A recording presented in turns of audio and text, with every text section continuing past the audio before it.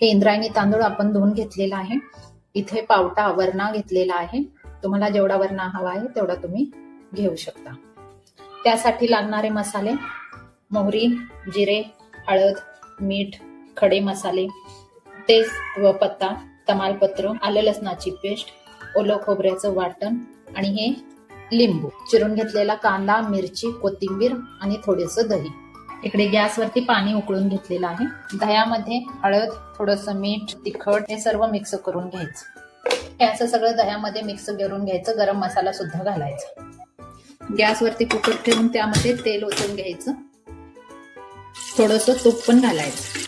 तेल गरम झालं की त्यामध्ये मोहरी,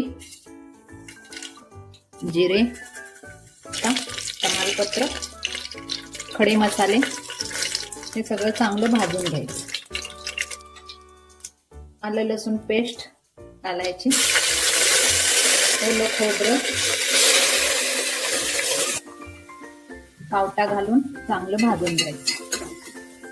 वरणा थोडासा भाजला की हे आपण दही मध्ये सगळं मिक्स करून घेतलेले मसाले त्यामध्ये घालायचे. कांदा आणि मिरची आपण वरून टाकणार आहोत, कारण तेलामध्ये भाजायचं नाही. थोडासा कच्चा कांदा राहायला पाहिजे म्हणून वरून घालून घ्यायचा आणि तो पण चांगला भाजून घ्यायचा. पावटा थोडासा असा फुटल्यागत तडतड आवाज येतो. तसा व्हायला लागला की त्यामध्ये आणि मसाले सगळे भाजून झाले की त्यामध्ये तांदूळ घालून ते पण भाजून घ्यायचे. हे तांदूळ घालून तांदूळ पण चांगले 1-2 मिनिटं भाजून घ्यायचे. राईस असा भाजून झाला की खमंग वास सुटतो. नंतर हे आपण गरम केलेलं पाणी त्यामध्ये ओतायचं. लिंबू पिळून घ्यायचं. 2 शिट्ट्या करून घ्यायच्या. अतिशय चविष्ट असा पावटा भात तयार आहे. चॅनलला लाईक, शेअर, सबस्क्राईब अवश्य करा.